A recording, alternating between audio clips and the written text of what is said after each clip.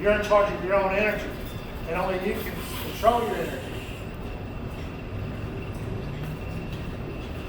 I've said this to a couple of different people with my recent help, and fellas and women, you guys that are working and chasing your careers,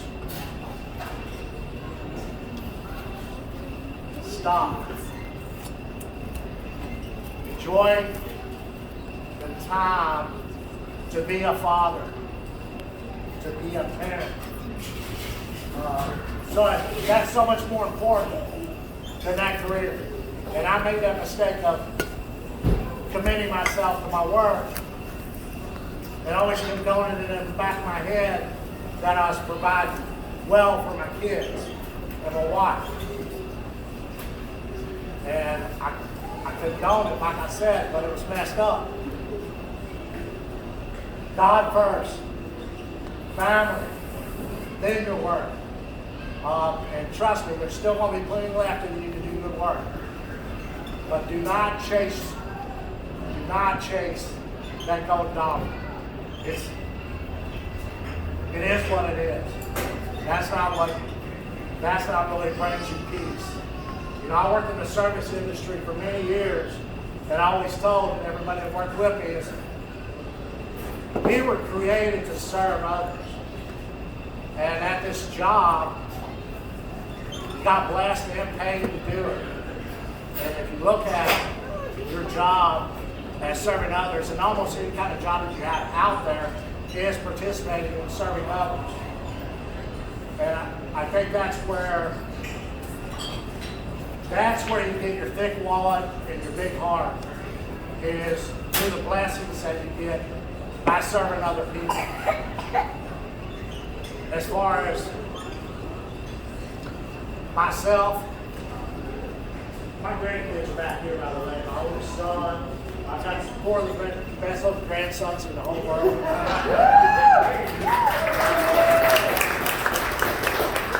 I've got a statement that bald is beautiful.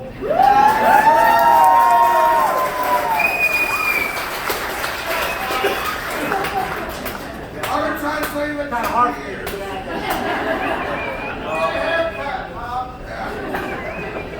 But I want to tell you all about the journey where I'm at, because obviously you're here to support, you're caring, and there's no reason for me to hold back from you. Some numbers start getting thrown at you when you find out that you've got cancer. The first one's stage. They can tell you what stage you're at. Here it's stage 4. And from what I've been told, stage 4 is treatable, not curable. And then they throw numbers at you. Okay, well, how long? They lie. Exactly. They lie. And your son can be part of that. 100%. Yeah. They lie. So I don't believe in all those numbers because they're not true. They don't know what he's capable of.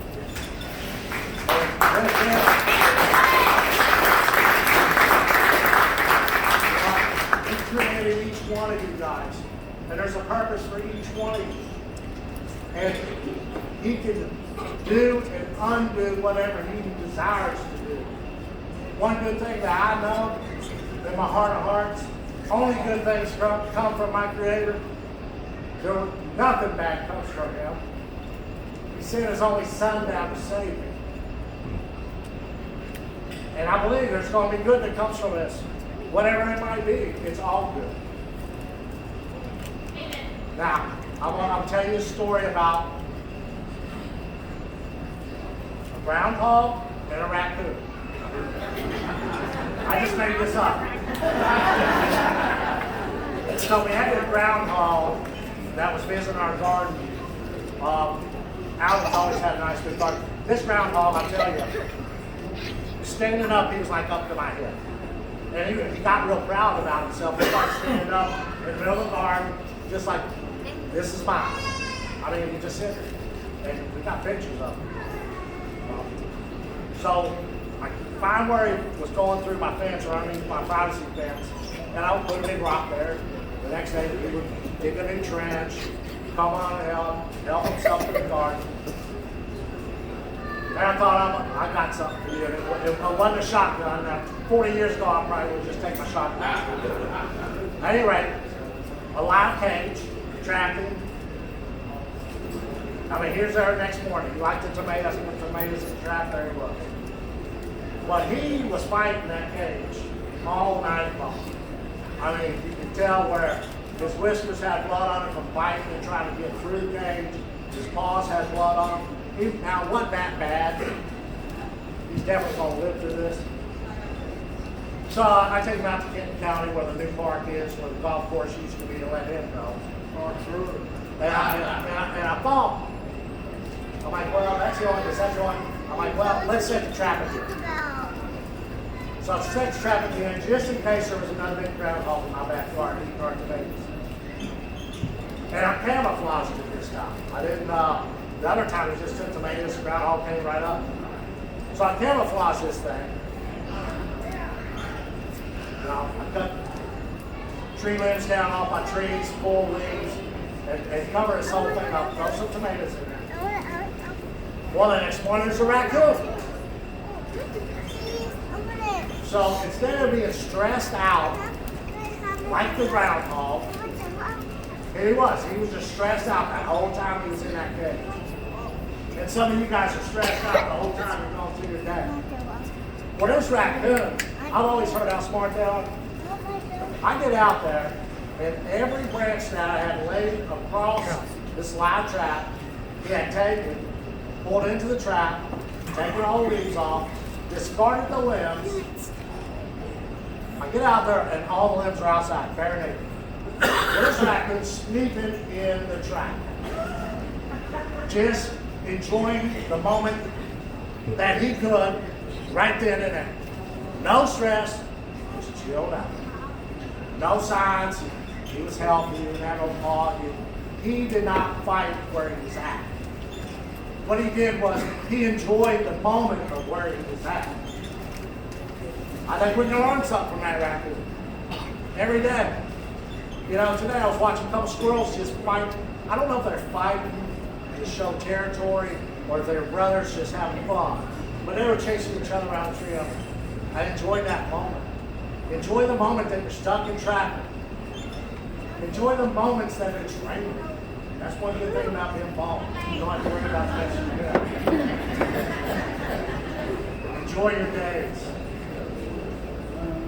You know, enjoy every moment. It's been a pleasure working with all you guys. It's been a pleasure serving all you guys. I appreciate your support both in my work life and in my private life even more. We love you, Mom.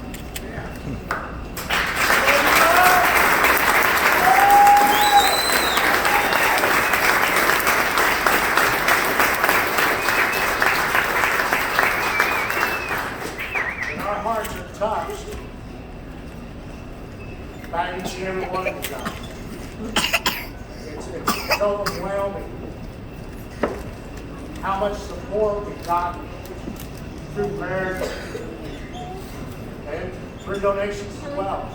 Things that, you know, our pride kind of want to get in the way and say, I don't need it.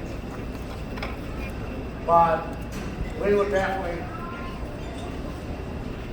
with much gratitude, be thankful for the cause. And that's all I got. God bless you guys.